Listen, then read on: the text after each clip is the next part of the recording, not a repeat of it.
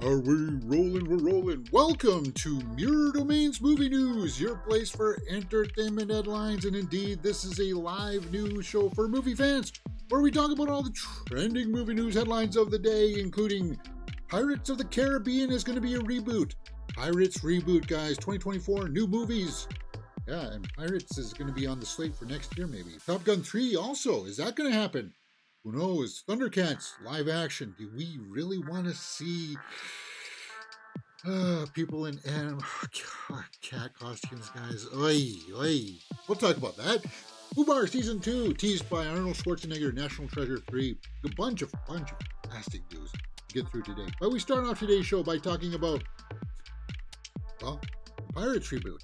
From Jerry Bruckheimer himself, says the next Pirates of the Caribbean movie will be a reboot. Yeah, remember those talks that it was going to be one about, like, with Margot Robbie there, that it says it's going to be like a female Pirates movie? Yeah. Well, I guess that's not going to happen anymore? Well, yeah. I don't think so. It sounds like it's going to be a full reboot. Jerry Bruckheimer revealed that the next installment of the Pirates of the Caribbean franchise will be a reboot. Okay, Rick. Let's just see his quote here then. Well, you don't know how they come together. You just don't know, Bruckheimer said. Because with Top Gun, you have an actor who is iconic and brilliant. And how many movies he does before he does Top Gun, I can't tell you. But we're going to reboot Pirates. So that is easier to put together because you don't have to wait for certain actors. Well, I guess they're not going to use Depp anymore. That almost sounds like confirmation that he's not going to be back, right? Disney seemingly starting from the scratch with Pirates may come as a surprise to some fans, but as there already have been ideas swirling in recent years about the franchise's future, some involve Margot Robbie and others see Johnny Depp returning. I don't see it happening. In 2022, Bruckheimer said that we're very close. So here we are again, very close. And the script is very good. Really? Here, 2 years later, you still haven't punched the green light on the next Pirates movie? We've developed two of them. One with Margot Robbie and one with the younger cast, he said at the time. Okay, so this was the 2022 quote. Hopefully we'll get both of them, but it doesn't seem like it. Producer shut down Robbie's claims that the project wasn't happening, saying, "We believe it will get made. It's a very strong story." I don't know, guys. I kind of tapped out on the Pirates of the Caribbean movies. It was the runtime that really got to me. I kind of fell asleep, actually. I think in the last one. Hey, it happens to the best of us. That's what you get when you have these long kind of series that just kind of like, well, where are you going to go with this now that the main character, Sparrow, his arc is definitely wrapped up, and then it just felt like they were just adding on more and more. And I don't know. Is it ripe for a reboot? I think so. I think, yeah, at this point in time, you just kind of like, how are you going to get somebody like, if you can't get Johnny back, then it's kind of like, you might as well reboot it and just imagine where it could be possibly different. Like, you'd have to go for a different aesthetic, right? You couldn't have somebody dressed up as Johnny or as like that type of a character emulating him, because the fans won't buy that. They'll turn their noses up at that and be kind of like, hey, I don't know about that. As far as speculating on the rest of the cast, we don't know if it's going to be like the Curse of the Black Pearl reboot, or or if they're just going to reinvent the whole thing again, which I think they should probably do. Just reinvent it again, have new pirates, have it a new saga kind of thing. Give them a new mission. Do they have to be ghost-like? You can work that in different ways. We'll have to see how that goes. Let me know what you guys think about it in the comments below. Keeping on with Bruckheimer, and notice how he talked about Top Gun there. Well, let's talk about that, because apparently the director, Top Gun 3 director, has wonderful story idea for sequel, and Tom Cruise loves it. Joseph Kosinski is now working on the script for the sequel. It says Tom Cruise is very much on board for Top Gun 3. Well, guys, I really like Top Gun 2. I know a lot of people really, really hold Top Gun 1 as kind of like a monumental film to them growing up. I was that was more like my older brother's type of film. Um, I didn't hate the first Top Gun, but I was kind of like it was okay. But then I really liked Top Gun Maverick because they did the smart thing. They evolved the story. They just didn't rinse and repeat. They evolved his character. And if they're coming up with an interesting story, like what else is left? Um, I think the only thing that's left is for them to go and acknowledge now that everything is going to be fully unmanned, right? Um, I don't know. We'll have to see. Cool story idea though, huh? From a wonderful, sorry, quote, wonderful idea from Joseph Kosinski. And if, yeah, Bruckheimer and Tom Cruise are excited about the Top Gun 3 story because Bruckheimer produced Top Guns, right? So it's kind of like, that's why we talked about that earlier about the Pirates movie where he's saying, well, we can't make a Top Gun movie without Tom Cruise, right? He's going to be in there in some capacity, but I expect that if they do make one, I don't like. Should he be the main character? And should he like? He came out of retirement to do that last mission in the last movie. We bought that.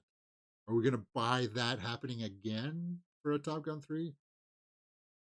Or just let him have it, man. Just let him have his plane. That's what I say. Um, so, um, something just happened in my OBS. Sorry, guys. I'm gonna have to reboot that. But anyway, um, he says, "quote It will be Tom Cruise. Tom is amazing. We spent time with him. We have a story. Joe Kosinski had a wonderful story idea for it, and Tom Cruise, and I really like that. So we're developing it. Okay, but you never know when it's going to be made because Tom is so busy. Yeah, he's doing Mission Impossible right now. He's got a picture after that, and then yeah, I forgot what it was. He was working with uh, uh, Luca. No, not Luca. Uh, Inuratu, right? The guy who did The Revenant. Um, and then there was also rumors that he might get a cameo or some role in Tarantino's next film. I think I don't know in Tarantino's final film. So we'll have to see after that. Hopefully, we'll get get a screenplay that he loves, and we'll be back in the air again. Yeah, because it was so awesome. And I'm kind of like I had the chance to go see it in the IMAX, and I was kind of like I kicked myself after that because I was like, no, those fighting sequences uh, would have been dynamite on the big screen, right? But so they've got a script idea. They're kind of they're going to have to kind of wait to see if Tom Cruise can fit it into his schedule. But I would expect to see Miles Teller back, and I would expect to see Glenn Powell back for sure. Glenn Powell's name is somebody that you want to capitalize on right now because his Glenn Powell's name is going up in repute. So we will want to see that. All right.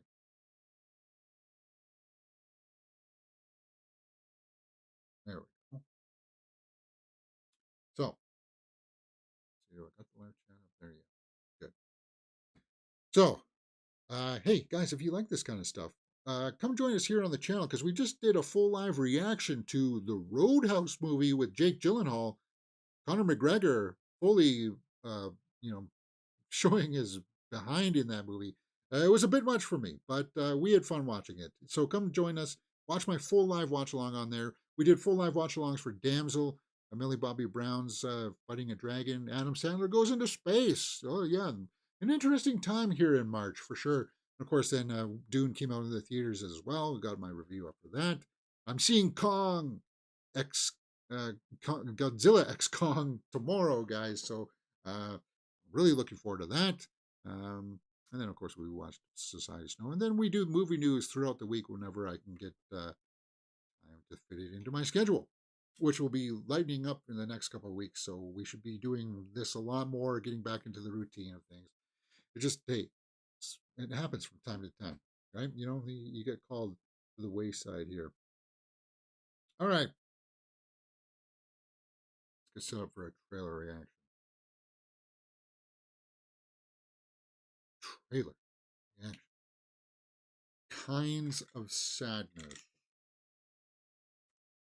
No, it's not sadness, James. Kinds of Kindness is a new movie from Emma Stone and Yorgos Lanthimos, who just worked together on Poor Things. The teaser for this just dropped, This so is let's it. check it out. The moment of truth. They worked well together. They got her an Oscar. Lanthimos definitely just have a very specific style. So it's just music here, guys. Looking for some Jesse Plemons. That's a big name going up. Okay, so it's just music, and I don't want the copyright. World and the Seven Seas. Kinds of Kindness. And they're very experimental. So, from what I understand, they filmed this movie before Poor Things. So Emma Stone signed on to do Poor Things, and then from what I understand, they filmed this before, kind of like what happened with Ty West and X and Pearl. They filmed Pearl before they did X with Jenna Ortega, and then released Pearl afterwards.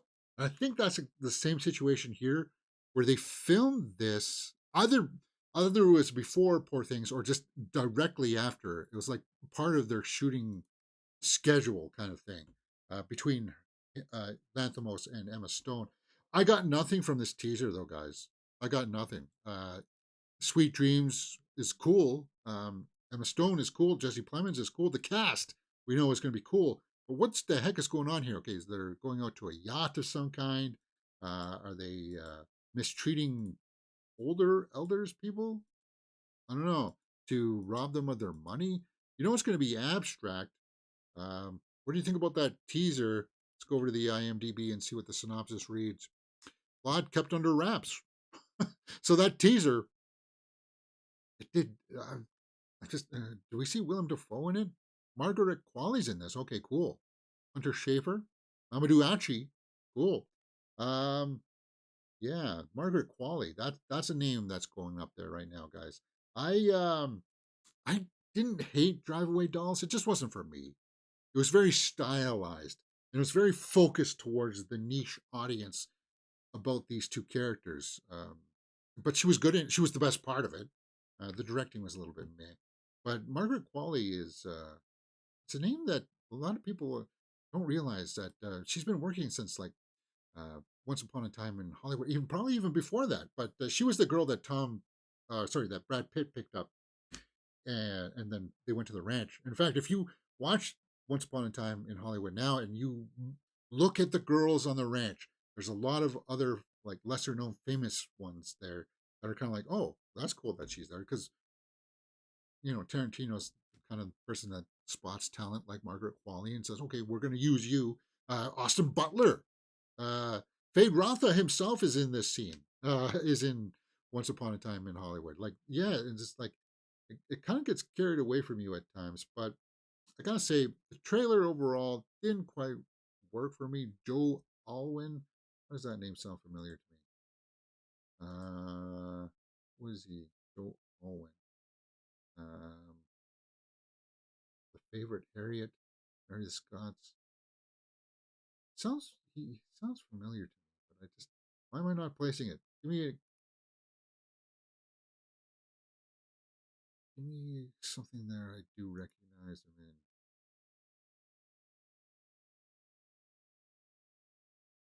That looks like Tucker.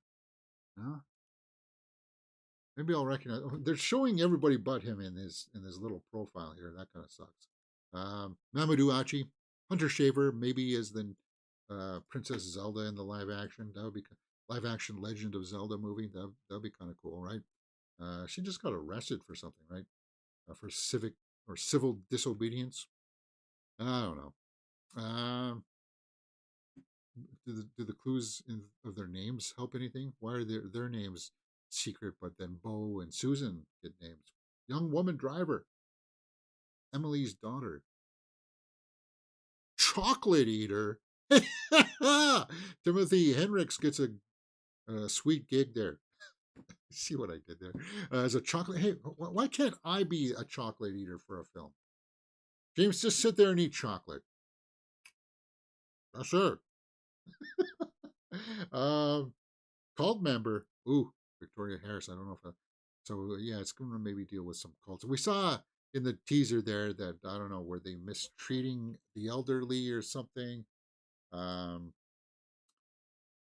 yeah, I don't. Hong Chow.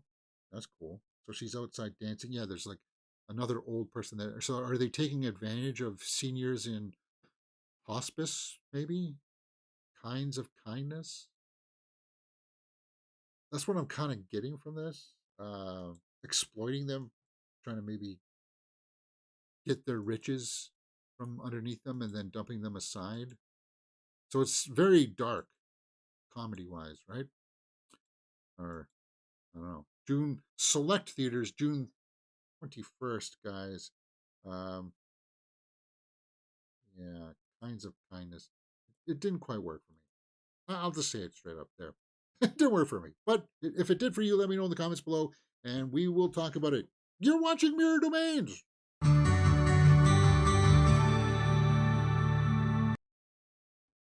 All right. Yeah. I don't know.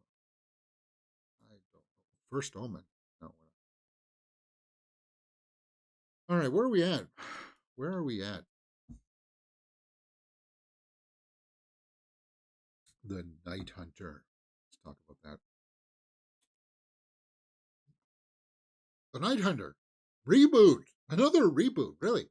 Scott Derrickson and C. Robert Cargill tackling new adaptation of noir novel, The Night of the Hunter.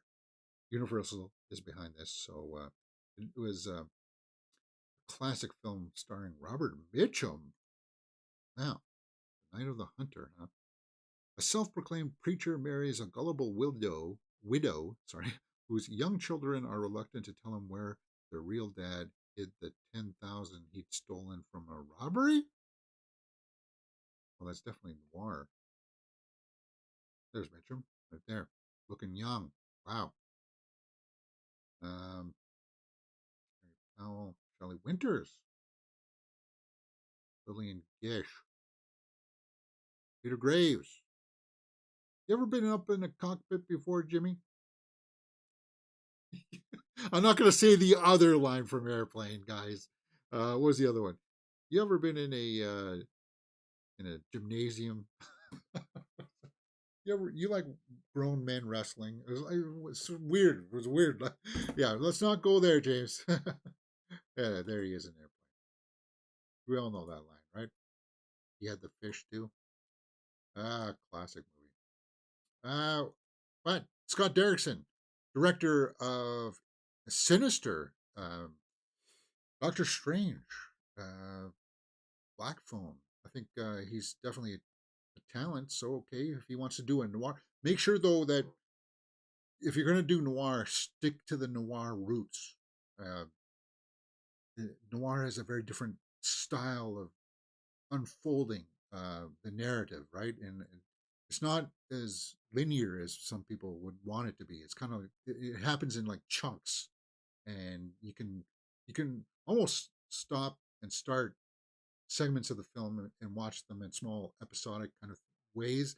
That's what I like about noir. If it's handled well, and as long as it doesn't drag on, right? Um, Scott Derrickson handling like a noir style kind of movie. That's well, we know that he can handle dark material like Sinister and Black Phone, right? Universal has tapped Scott Derrickson. Uh, yeah. They are currently working on Black Phone 2, yeah, which will reunite Ethan Hawke with Mason Thames throughout July 27th, 2025. But we'll keep our eye on this, see where this goes. It's definitely a curious development. We do like genre films here on this channel, at least I do. Thundercats live action. Yeah, we're gonna get this, guys, and I'm one of the few that are kind of like, I don't know if it's gonna work. Like, we romanticize about some of the 80s cartoons. Like I love the Transformers. I do. But you watch the first season of Transformers and it's rough. And that's putting it lightly. That's like wait a minute, we don't have time to animate background here, so just use a plate of two star screams in the background. It's obviously two star screams. It's like that's how bad that cartoon was. And I'm not saying that it's the same for Thundercats, but we kind of like hold these classic things like way up here, like He-Man or Hercules. It's like, yeah, that was really fun watching that as a kid. Rewatching it as an adult, I still like the concept of Transformers and GI Joe and He-Man. And I know that a lot of people like the concept of Thundercats, but I think we've been proven rather bluntly uh, through other means and other attempts at trying to make cat images work on screen, and it's been flat out rejected uh, for very obvious reasons. Um, Not even Tay Tay Taylor Swift herself could save this movie and the well, from the abomination that it was. It just doesn't work, guys. It just doesn't work. There's no prosthetic, there's no CGI enhancement that will make the a vast general portion of the public go, I want to see more of that. Uh, it's just not going to happen. Uh, so I'm not all that optimistic about a Thundercats live action because of that. You'd have to make them more human-like. You'd have to like get rid of the fur and be like, well, then it's not really Thundercats, James. Uh, you can keep the teeth maybe, but it's you're going to ride that fine line of what the cartoon was. And remember, we hold that up here, right? Is it going to translate or is it going to not going to translate? And it's going to become something really weird and something that people will laugh and gawk at. I would say for the most part, Cats got away rather easy. Yeah, it got lambasted. People raked it over the coals and poured a new one. But then it just kind of quietly went away. This is just a weird ball of wax that I don't know. Thundercats movie could be Adam Wingard's next project. Director reveals that he is aiming to stay true to the source material, which is good. Uh, you know, like the Transformer movies are not hard to adapt. Like in the first season, all the war of Cybertron bled over to Earth. They crash landed there for a long time. Uh, the Decepticons came and were trying to build a space bridge back to Cybertron, and they fought with the Autobots over power, right? Over like not like control, but like power resources to create energon. Like it's not that hard. But anyway, you would think that it's not that hard, but as we've seen through countless Transformers movies, it can be. So, Adam Wingard, when speaking about Godzilla X Kong, talked about the Thundercats could be his next project. Speaking with Glider, well, well, I think you have to have a little bit of both. You've got to take it seriously. In the cartoon, even though it was definitely for kids, the characters were in a fair amount of danger. I'm definitely still scarred from one episode where Lion-O's getting wrapped up in the mummy, the rope, and he's in the temple. That really messed with me. That really messed me up as a kid. But yeah, I think any good adaptation these days is you've got to stay as true to the source material as possible. That's why people want, and that's what sort of our goal, which is good. I mean, if they're doing something that's beyond a kid's cartoon, obviously we have to raise the stakes. So yeah, it's a little bit of both. Uh, I'll, you guys know my hesitations. I'll keep my fingers crossed that they can make this land, that they can make this one stick, right, and make it look cool.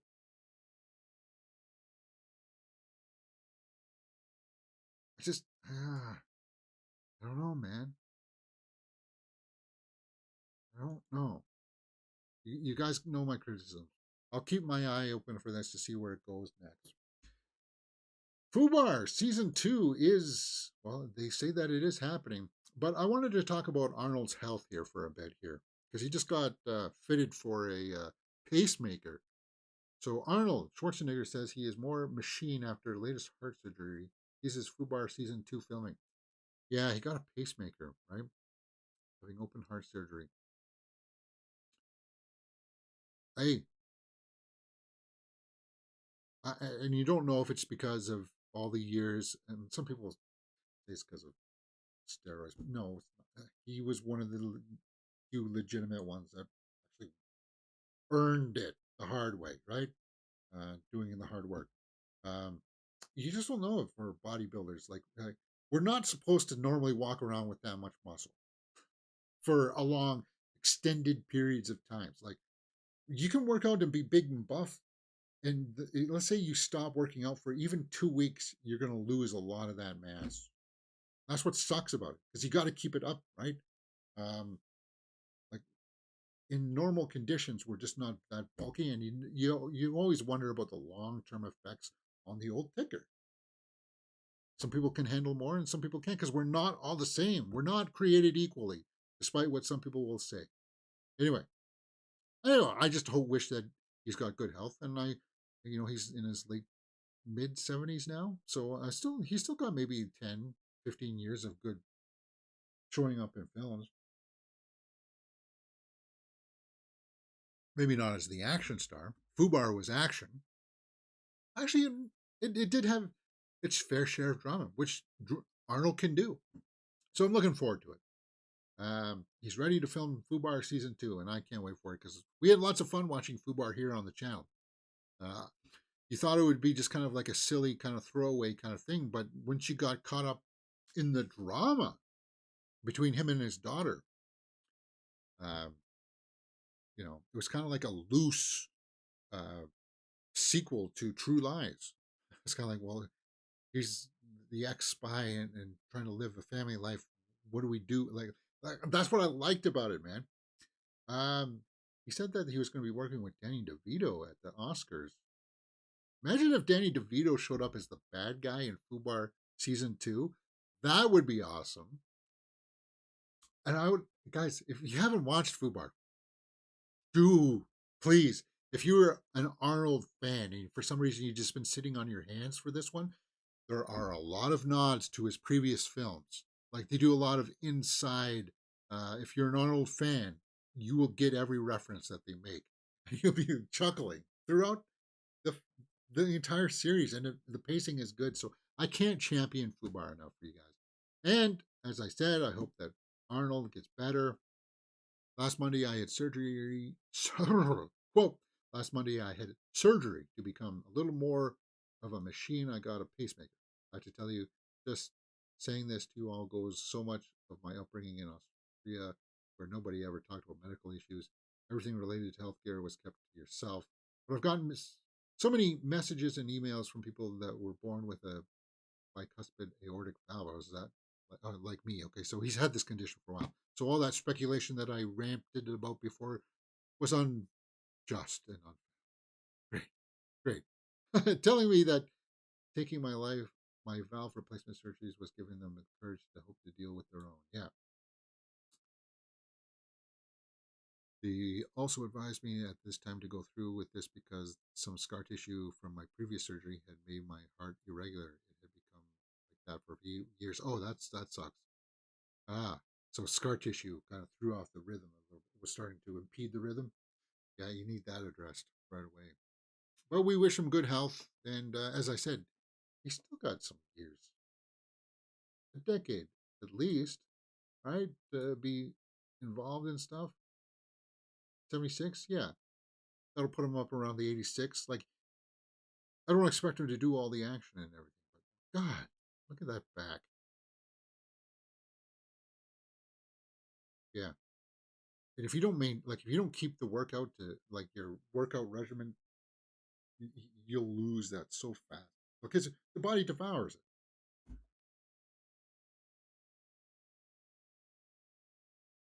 Yeah. I have the utmost respect for Arnold. and his bodybuilding mentality. And yes, I'm with Arnold with the lean bodybuilding. I'm not a big fan of the big guys that have the big gut. It's not big gut, James. It's it's visceral fat underneath there, guys. I prefer when it's small, trim, when you got a V taper, not kind of like yeah. You guys. Anyway, we don't need to talk about that. That's just weight training issues. National Treasure 3. Let's talk about that. Jerry Bruckheimer. I could have put this one up beside Top Gun 3, but I just wanted to separate it. Jerry Bruckheimer still wants Nicolas Cage for National Treasure 3. We have a brilliant writer working on it right now. I think a lot of people, there is the fan base out there for a third installment. I would just say don't have the purse strings so loose, right? Make it for a small 50 mil. And if you can't make it for a 50 mil, change the script so that you can. But make it fun. And Nicolas Cage is having a resurgence. I know that some people think that some of his are hit and miss right now, but I think I liked Renfield, and I liked the one with Pedro Pascal, The Unbearable Weight of Massive Talent. That one was also really good. Pig. He's really really been producing. So and he's still got the talent, guys. He really does. So Bruckheimer, quote, well, we hope there's a National Treasure 3. We have been working on it for quite a while. We have a brilliant writer working on it right now. So hopefully we will get a script in a timely fashion. We'll send it to Nick Cage, and if he likes it, we'll make another one. We certainly would like to. I think a lot of people would like to see that happen. Not that I have any kind of lingering plot or character resolutions that need to happen. It was just fun to see him go on these kind of very much, well, just like an Uncharted movie should be like. That's what National Treasure was, right? Um, at least for me. Like the tone, right? That's what I mean. Like, obviously, he doesn't have an older mentor like Sully or anything, but whatever. Um, Nicolas Cage worked on that, so I'll keep my eye on that. All right, we got a bunch of casting news to get through. This casting news is just kind of like this person's working with this director next, this kind of thing. So I just kind of grouped it all together. Let's get through some of it. Julia Roberts to star in Luca Guadagnino thriller After the Hunt for Amazon. Amazon. Noah Garrett wrote the script that focuses on a college professor facing a crossroads. Well, guys, you know how much I feel about Julia Roberts. Pretty Woman. Awesome. And I liked the End of the World movie there that just came out there in December on Netflix with her and Ethan Hawke. I thought it's like she's having a small resurgence again. She's working again, trying to get back into the game, and she can, guys. She can still carry it. She can still carry it. So I'm not on the Luca Guadagnino train as much as some people are. I know that a lot of people champion him because he was Oscar nominated or whatever, right? Or his movie won Best Picture. Um, I his style, I just haven't quite. It hasn't quite all yet worked for me. I tried to articulate this morning when I pulled this story because it made me think about Bones and All, and I liked the acting and the premise of Bones and All. There's just the execution of that story, the way that it unfolded. It was kind of like, don't be afraid to go the full way and say that you like people who are cannibals. Don't pull back and make it a metaphor for something else when you're obviously showing somebody in their tidy whities eating somebody. It's like, don't pull back. And that's what I feel. That's the way I feel watching a Guadagnino film, is that he pulls back on some of kind of like what he wants to say. So We'll just close that poll. Screen Talk Live says, "Hey, how's it going?" Arglass Vikings in the live chat says June is going to be a busy month at the cinema. Yes, it is. I was keen on Thundercats when Brad Pitt was being conceptually cast as Lion-O and Vin Diesel as Panthro.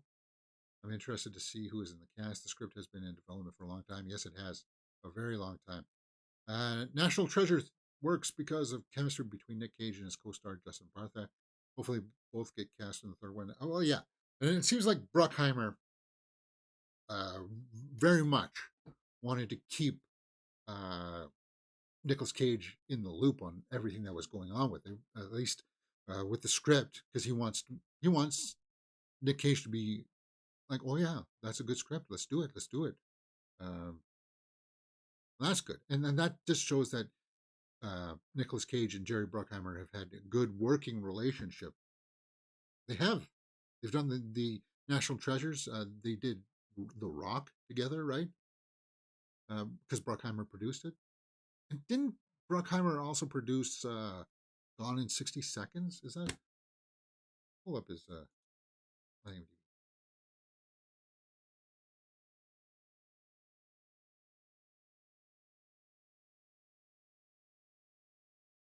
Armageddon, Top Gun Maverick, Pirates of the Caribbean, um, Lucifer, Bad Boys for Life. Oh, so is he producing Bad Boys, the new one? Like he's got his hand in a lot of stuff here, guys. Bad Boys, Ride or Die producer, and Beverly Hills Cop, Axel F. Uh, I like the Bad Boys trailer, by the way, guys. Um, Now I completely forgot what I was looking for in the Gone in 60 Seconds. That's what I was looking for. That was early 2000s, right? Yeah. So yeah, he did produce that one. So yeah, he's worked with Nicolas Cage on a number of films, and you always want that good working chemistry. And Con Air, he did Con Air as well, and The Raw. Wow, so good stuff. Um, I like Gone in 60 Seconds. It was kind of like a proto version of Fast and Furious a little bit, right? But it had Nicolas Cage and Angelina Jolie.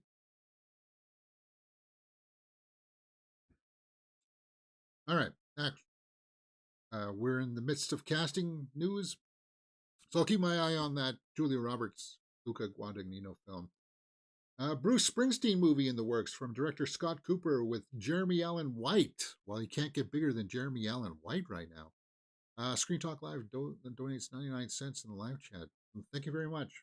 Awesome, man. Well, do you like the boss? Do you like Springsteen?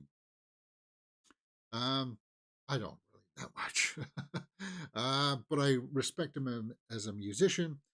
He can't get bigger than Jeremy Allen White right now. Is his name the Bear? He was just in Iron Claw last year, which was really good. He was really good in that. He can work on the small screen and big screen, so we know that now. He's got that range of talent. Some actors can't do both, but Jeremy Allen White can. Um, Titled "Deliver Me from Nowhere," the movie is about Bruce Springsteen. Bruce Bring. I'm getting tongue tied. Bruce Springsteen and the long effort to put together the seminal Nebraska album, which started to take shape as he and the E Street Band were laying down tracks for his massive hit "Born in the USA." Everybody knows "Born in the USA." That isn't actually. Isn't the lyrically "Born in the USA" not really about? It's about like a cab driver or something. Is that? I don't know. That's how much I know about Bruce Springsteen. I'm sure that there's an audience for that, but you got some good talent, so nothing wrong with that, right? Yes, no. Is that it for casting? Um, with Love casts Ariana DeBose to star opposite Kiwi Kwan. Now, uh, Kiwi Kwan is, well, he just won the Oscar, right? Like last year, right? So that's a good thing. And Ariana DeBose, also an Oscar winner. Two talents right there. A new action film from David Leitch, Kelly McCormick's 87 North. Deadline. Okay, according to Deadline, after attaching Kiwi Kwan to the starring role, producers and the studio execs wanted to make sure his co-star was the perfect meeting with a number of female actors highly coveted. Once DeBose got wind of the meeting, she became aggressive in chasing the role, ultimately landing after a chemistry test with Kiwi Kwan. The execs were blown away. So they've got good on-screen chemistry. Cool. We just saw Ariana DeBose, didn't we, in that ISS movie that was out in January, right?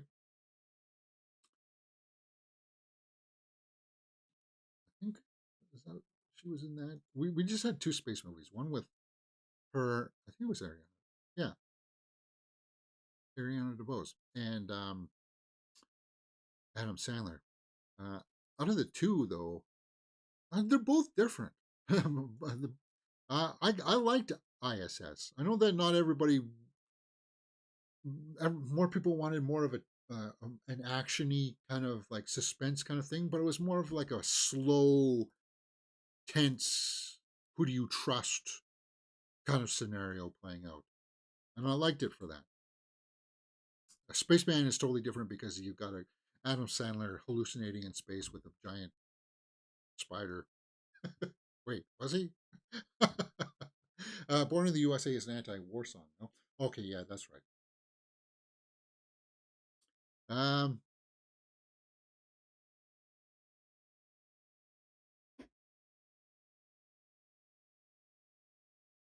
I think that's all I have in realm for casting. Let's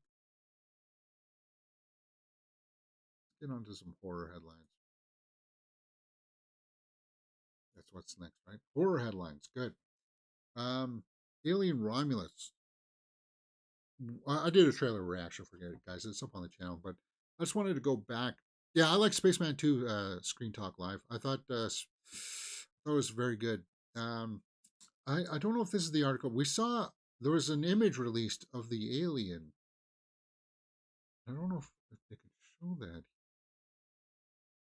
Uh, I'm sure it was taken from like a screenshot or like they like from what I understood, they're developing a different type of alien that might appear in this. Like a yeah, we've seen this part, so we're getting a normal xenomorph. But from what I heard, there is a maybe I can pull up from my own database. Um, I don't know. If I'll be able to see this. Uh, Very venom like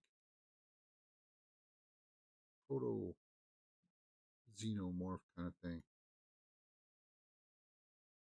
And they spent time developing these types of things, um, variations. Because if a facehugger attaches to a different type of creature than a human, of course it's going to look different, right? And they done that in the past with the either which version of Alien 3 you watch, if it's a dog or a cow. I prefer the version with the cow, but yeah, that's an interesting image, and that's why I wanted to talk about that, bring that up. Um, Very venom, like the mouth is, and you don't see the protrusion in this one, right? So, like the inner mouth, it's curious. Oops.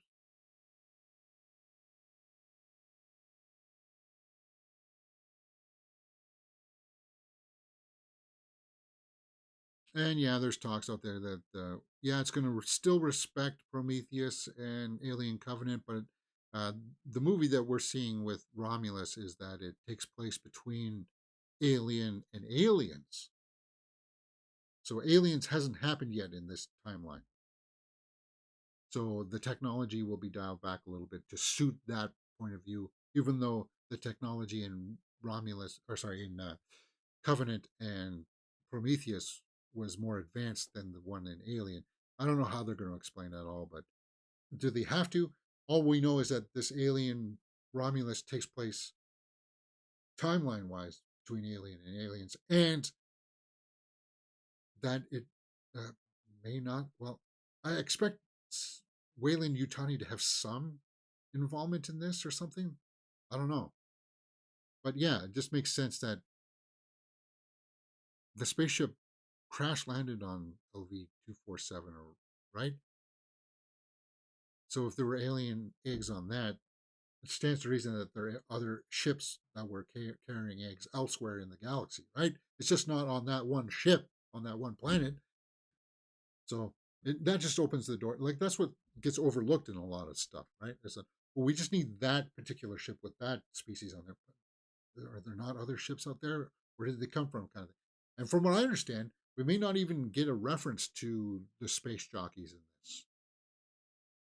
It's just going to be, oh, we discovered an alien egg, and then havoc happens. So we'll have to see how that goes. I'll keep my eye on it because I am a huge fan of the Alien series, and you guys know how I feel about Kaylee Spaney. I think she's having the uptick right now in her career. Civil War comes out next month, and I'm really looking forward to that. I hear good things about her in Civil War. I liked her in Priscilla, so uh, Alien Romulus, and I like that she's trying different genres. This is a little bit like Sydney Sweeney. She tried the period piece with Priscilla. Now she's doing kind of like a political thriller with Alex Garland. Now she's working with an alien in Fede Alvarez in space. So I like that variation. Sydney Sweeney, you got Madame Web, you got the superhero film that didn't land, but you got the rom com with Glenn Powell that worked for her, and then you just had that horror film with Immaculate with Sydney Sweeney that worked. So their career paths are both going up at the same time. Very exciting times for their careers for sure. Next, Winnie the Pooh, Blood and Honey. It's reviews are coming in, guys, and actually, I like the trailers for the first Winnie the Pooh and Blood and Honey. I just never bothered to watch it. I I knew it was like, if you thought that the first Terrifier movie was too grindhouse, too low budget, Winnie the Pooh is like the step below that. That's kind of like where it's just me with my phone out shooting something and putting it together as a 60-minute film. It's kind of like, I don't have the proper lighting, I don't have the proper microphones, but we're going to shoot this thing anyway, kind of thing, right? But they got more money for Winnie the Pooh, Blood and Honey too. This one has a story, but beneath the slasher violence, it's only horror is what it does as to the IP. Wow. Yeah. So this is the time where everybody's starting to publish their reviews for it. I don't even think it's going to be out in theaters where I am. So I don't know if I want to see it, but it's got 80% on the tomato meter, 85 by the audience. And this is the kind of film where you will go and people will be before the movie, and people will be laughing and silly and standing up in the middle of the theater, constantly on their phones, texting right beside you while they watch this kind of a movie. And do I want to go to the theater to have that kind of an experience? No. So I'll wait till it comes out on, and it's an hour and a half, which is good. Good. They didn't do the Terrifier 2 route where they made it like 2 hours and 20 minutes or something audacious. So good for that.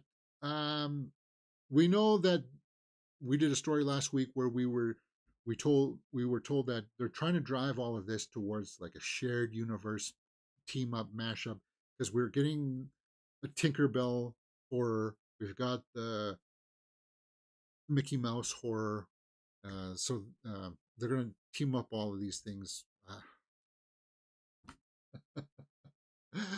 Ah, hey, but I like horror.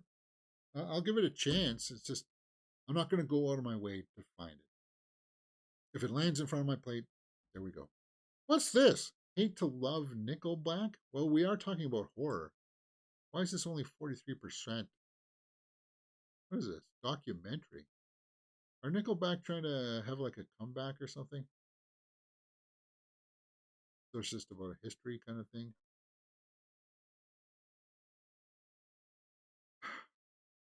I didn't have anything against Nickelback and Chad Kroger until he married Avril Lavigne. Why, James? Because I'm jealous. That's why. That's why. There, I said it straight. What else did you want me to say? Anyway, next. I'm keeping on with the horror. We were just talking about Sydney Sweeney. Saw X director Kevin Grutert helped salvage a scene in Immaculate. Salvaged? What do you mean salvaged? I really liked Immaculate. Um, Director Kevin Grutert. But wait a minute. Did he direct Immaculate? No. Michael Mohan did. So get thrills out of a scene that wasn't working.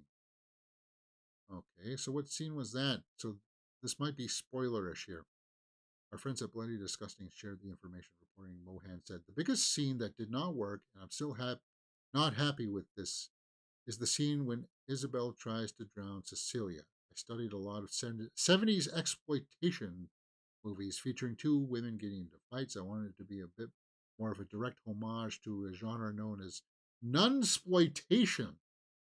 Nunsploitation. I studied some of Jack Hill's work. Okay, so long story short, Sydney can hold her breath for 3 minutes, so they casually caught away. This is the scene where they're fighting in a bathing pool, guys. Um, it's not that significant to the film. If it happened any differently, if it was longer or shorter, I guess he was trying to make it a little bit more smutty. Wait a minute. See, there's no tank down there. I thought it would be really cool, and I thought it was boring when you put a pulse bonding music over it. It was like music doesn't match what I'm seeing. When you took the music out, it was just flat. On the day, I knew something wasn't working, so I shot a little bit of extra coverage. We tried recutting it a million times, and we finally got a fresh pair of eyes to look at the sequence. Grutert. So Grutert from Saw 10, which I really liked, guys. I liked Saw 10. One of my favorite horror movies of last year. Uh, so he came in and retooled the scene to make it feel a little bit better. Huh? Fascinating. Yeah, immaculate, guys. If you haven't had the chance, go to a matinee. Go to like Tuesday, cheap Tuesday, where you get like half price. If you're skeptical, if you're on the fence about it, it goes to some really weird places, man, and I dug it. Next, Anaconda remake. Chinese film pits circus performers against a giant snake. Oh no, she's going to get eaten in her bra. What? So there's a Chinese version of Anaconda. Um, I didn't know this. Okay. That looks like from the original film. Well, we know that there's obviously going to be better visual effects for some of the stuff. Poacher. So it does look like maybe is this supposed to be the Wrangler version? Zombies? What?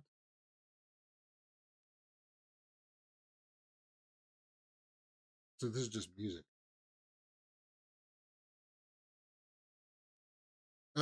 Just in case we see something there. Uh, it is a trailer, but there's snakes all over her wet body. Oh God, James. Well, that's the cheekiness of what Anaconda should be, right? No? Yes? Um, hey, it works for some people. Who is so damn brutal? Anaconda, ladies and gentlemen. The mind blowing show is about to begin. Um, Circus performers, huh? What are people saying? Awesome. Can't wait to see this movie. Anaconda 1 and 2 was great, but 3 was meh. You like Blood Orchids, huh? I thought Blood Orchid kind of sucked. Movies, some of those effects were really impressive, better effects than the original. Well, I wouldn't go that far. Snakes look pretty cool, might give them a watch. Um,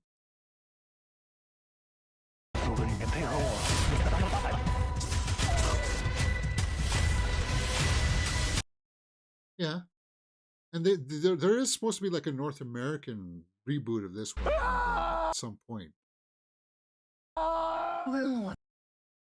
Yeah, I'll concede that. That looks, this shot. I don't know if this is an actual animatronic that they have here or if it's CG, but it's married well. It's filmed well. Granted, interesting. All right, guys. That's pretty much all I have in the can.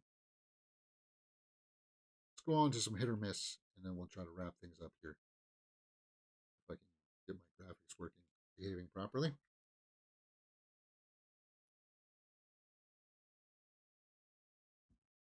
All right. If it's a hit, we'll talk about it. If it's a miss, we'll move on. The Fall Guy director already eyeing sequels prior to movie release. I want Lethal Weapon numbers. You want to have like a Lethal Weapon 5, I think they're trying to make. I don't know if it'll go that high, David Leitch.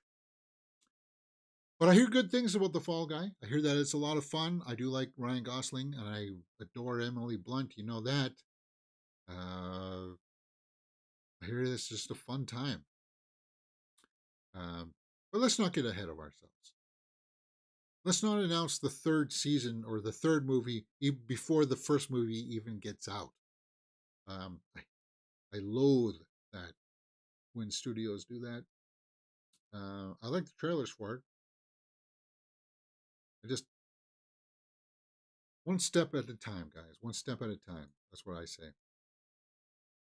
Legend of Zelda director teases his awesome idea for the live action adaptation. Wes Ball wants to fulfill people's greatest desires. Really? Well, you know what my greatest desire is Taylor Swift. Now, could she be Princess Zelda in, maybe? No. What is this? A mock-up of? Is this supposed to be Timothée Chalamet there? I don't know. Let me guess. You want to stick close to the source material. Let's see what does he have to say here? Quote, in an interview with Total Film, I have this awesome idea. I've been thinking about it for a long freaking time of how cool a Zelda movie could be. I want to fulfill people's greatest desires. I know it's important, this Zelda franchise, to people, and I want it to be a serious movie, a real movie that can give people an escape. So this is from the director of The Maze Runner. I want to live in that world. That's the thing I want to try to create. It's going to feel like something real, something serious and cool, but also fun and whimsical. Wes Ball is going to be doing the Planet of the Apes movie next, which I did see the updated trailer in the theaters for when I went to see Frozen Empire. And the newer trailer, where you actually get to see what the story is going to be about. Most of the apes want to wipe out humans, but the one ape here wants to work with humans and not hunt humans. So I like that. That sold the movie for me. Beyond just the first teaser that showed basically just the imagery. But Wes Ball seems to be a fan of Legend of Zelda. I'll be watching everything Zelda as we get closer to actually getting into principal photography and casting announcements. Because not even Hunter Schafer's attached to it yet. It's just, that was just a fan casting kind of thing that everybody's been rolling with, including myself. So it's kind of like, who's going to be playing Link? Who knows? We'll have to wait and see. Hopefully Walker Scobell from Percy Jackson. Pierce Brosnan says Aaron Taylor Johnson has the chops to be James Bond. Well, you don't need a lot of range to play James Bond. I think between Daniel Craig and, oddly enough, Pierce Brosnan, those two probably showed the most range. Was there somebody between Brosnan and no? This is, maybe it's because they gave them more to do, like emoting wise. Because even in action sequences, Roger Moore didn't really. He just kind of he was stoic about doing it. It was cool to see the boat chases and stuff like that, but he never got involved with anybody, kind of thing. Well, he did get involved, but he didn't like up here get involved. And well, we know that Daniel Craig certainly did. And Brosnan had a few scenes in there. What was it? The End of the World, or The World's Not Enough, where he shoots Sophie Marceau. Yeah, yeah. No, he's got the range. But talking about Aaron Taylor Johnson, he does have some range, and I think if you look at Godzilla, you'd be like, really, that guy? But watch Bullet Train. Bullet Train shows that he's got a little bit more. Um, he does, because you can't watch Age of Ultron and say, "Oh yeah, no, that guy doesn't have a whole lot of range. What are you doing casting?" Like you got to look a little more at his body of work, and he's done smaller art house type films where he's also uh, proved his name and his worth. So getting the little endorsement from Pierce Brosnan, Pierce Brosnan can't hurt. Um, Kick ass, Nocturnal Animals. That's the one I was thinking. Where a little bit more of a darker role. Tennant, yeah, he was small in Tennant though.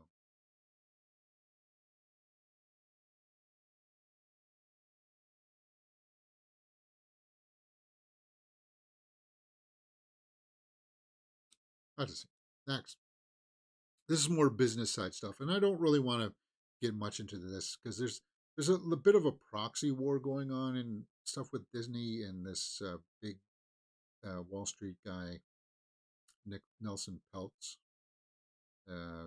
He's trying to help steer the company towards a direction that'll be a little bit more profitable, and that he agrees that the time for mandating films, we can't have a superhero movie that shows a girl doing bad things. But you just put out the Marvels. What do you mean? Uh, there was a female bad guy in that. No, I mean we can't have a girl struggle to learn things. No, what are you doing? So, yeah, and that wasn't initially what Iger wanted before he handed off the reins to Bob Chapek. But then when Chapek kind of took that and just ran with it overboard, and investors like Peltz and stuff are saying that this is not what we want. Like, what? Wait a minute. Why are you giving me a full film that's full of certain uh, demographics? Why is that the mandate over writing a better script or a good story kind of thing, right?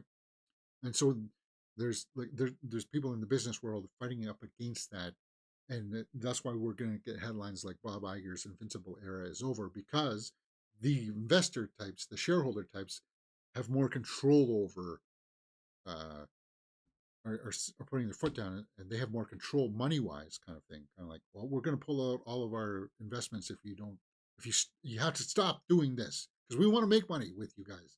We can't. We're not making money if you continue to mandate films that have to be uh, not divisive but diverse. Where being diverse is the mandate before putting out a good story or anything like that. Yeah. So there's in the business world, we're seeing this start to get pushed against, which is fine because I don't think it should be like that. It should be who's the best person for the role, and it doesn't matter. It shouldn't matter what this skin color is.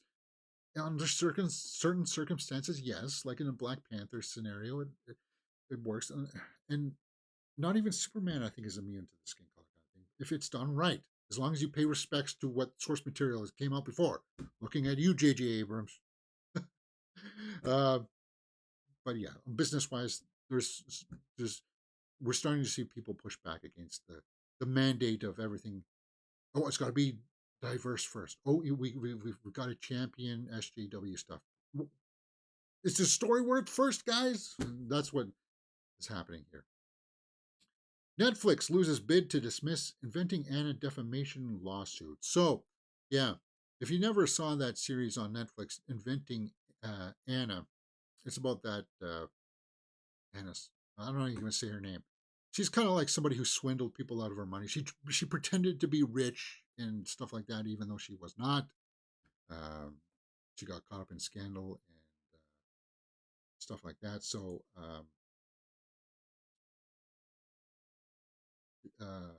they were taken to task for defamation. I watched the first episode, and I watched it because I heard that there were good things in there. Like, yes, she did a good job acting in this, um, but she was a like this person is a bad person. She capitalizes on people's. She did what I promised I would never do as a person. Capitalize on people's weaknesses and vices. Um, at a young age, I promised my old man that I would never capitalize on people's, like, how do I say?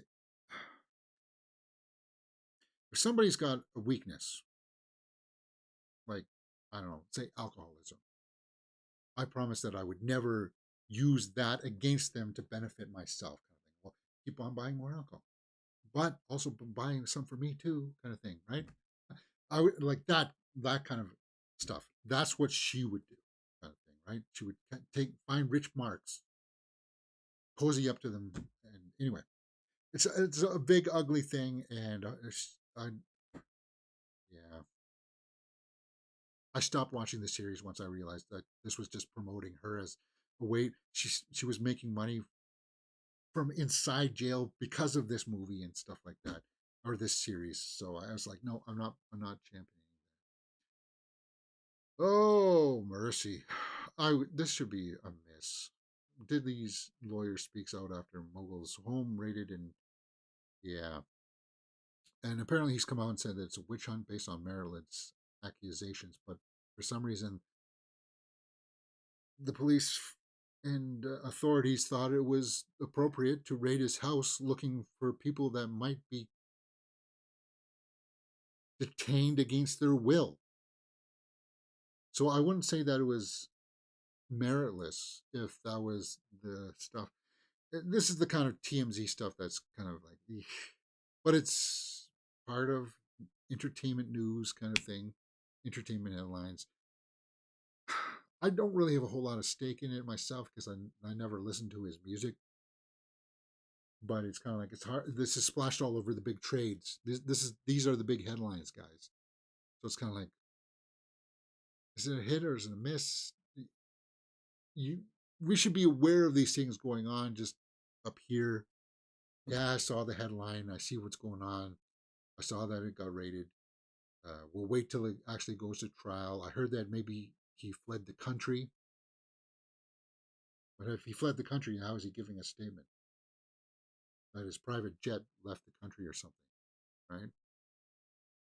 I don't know. It's an ugly situation.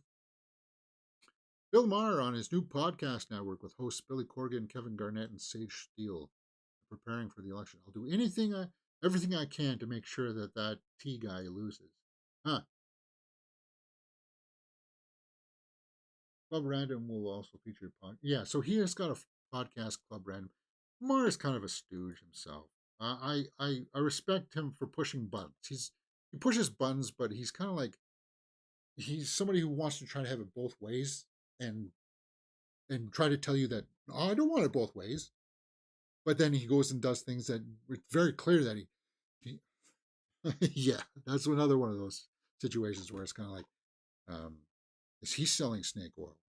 Because he sounds like he wants to push some kind of progressive narrative, but then also does weird things like poo poo all over younger generations for not understanding his point of view, kind of thing. But then he jumps all over podcasts. I still watch his highlights, but I don't know.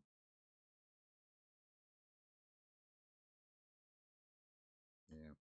All right, guys, that's all I got for today in the can. I thought we would run over to film updates, Twitter, see if we missed anything, see if we got something trending here.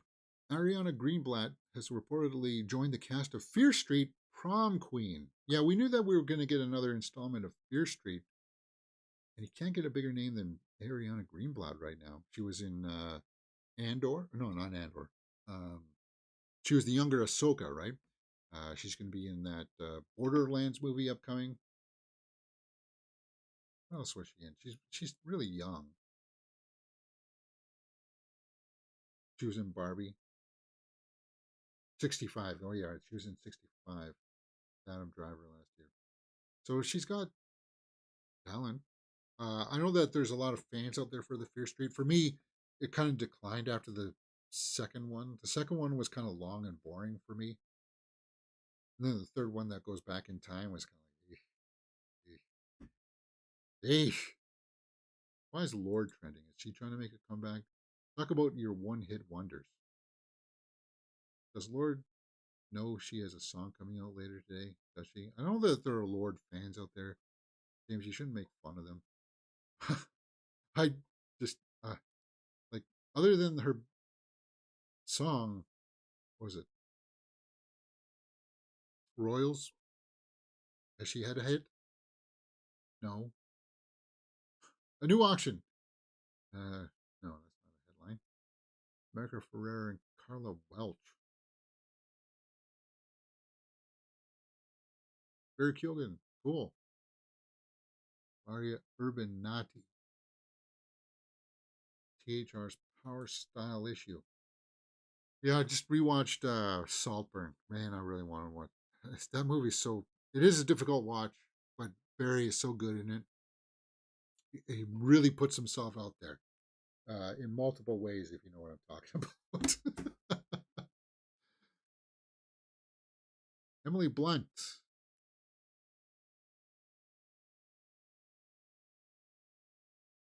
Oh, I didn't notice the back. It's kind of open there. That's weird. That'd be kind of drafty, won't it? Things women wear. Jenna Ortega, Enrique Melendez. Yeah, I'm really looking forward to Beetlejuice, mostly because of Jenna Ortega and Winona Ryder, Emma Stone, Hunter Schafer,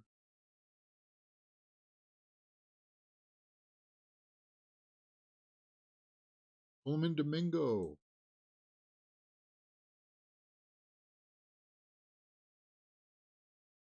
I don't like that. Looks like pajamas. The cut, it's too loose. Yeah, I don't like that the cut of that suit. But Coleman looks, yeah, he's got style. Next, is that all we have? A synopsis for kinds of kindness. A triptych fable following a man without a choice who tries to take control of his own life. A policeman who is alarmed that his wife, who was missing at sea, has returned, and it seems a different person that a woman, and a woman determined to find a specific someone with a special ability who is destined to become a prodigious spiritual leader. Well, we know that Yorgos does abstract material. That certainly sounds abstract. I got nothing from the teaser, though. I'll still watch it because it's Yorgos. And it's the cast is stacked. Spider Within, a Spider Verse story, has been released online. Okay, if you like those movies, you can watch that. Guys, you've heard me talk about that plots in the past. Don't need to hear me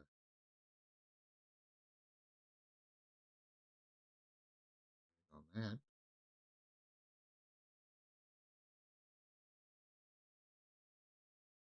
That's just more kind of kindness. All right. Ooh, the Devils and the Leafs last night. The Leafs should have won that game, right?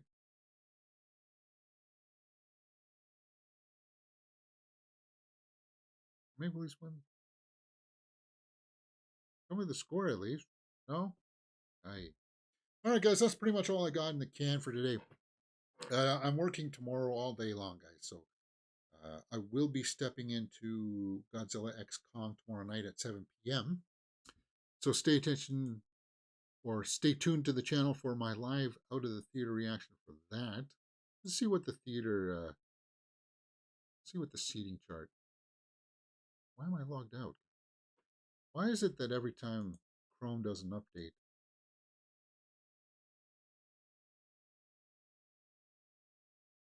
and of course I'm not logged in?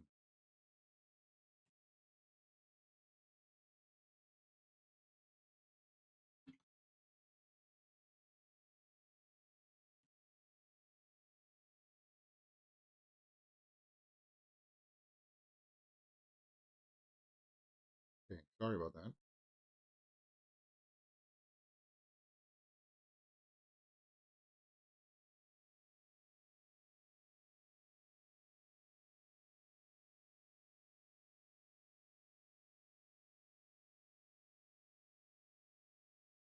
Why is it taking so forever? Oh, it's frozen. That's why. Okay, I just refreshed. Preview seats, please. Okay, there. So this is for the 7 o'clock show. Gray is all taken. And this is the AVX theater? Yeah. Okay, good. Oh, it's 3D. No, no, no, I don't want to watch it in 3D. No, I don't want 3D. Get away from here. So do I have to watch it in 3D? Okay, no, they got an AVX at 4 o'clock. I want to see the 4 o'clock. I can't because I'm working till 5. Yeah. Really don't have. I. Okay, well, what's Friday then? 3D regular 6:30. I don't want to wait Friday. Okay, go to Landmark then, James.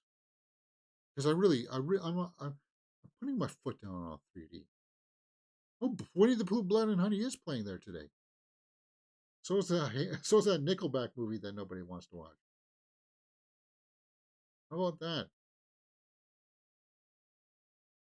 So I could go see Winnie the Pooh, Blood and Honey, but I'm not waiting till 10 p.m. to watch that. Okay, Godzilla X Kong, 3D, 2D, 6:45, right there in 2D. So that's where I'll be watching it. 6:45 tomorrow, out at the Landmark Cinema. All right, guys, that's it for me. Hit that thumbs up button, subscribe, and I'll see you next time right here on Mirror Domains on Friday, guys. Friday. We'll be back Friday morning around 12 p.m. about this time.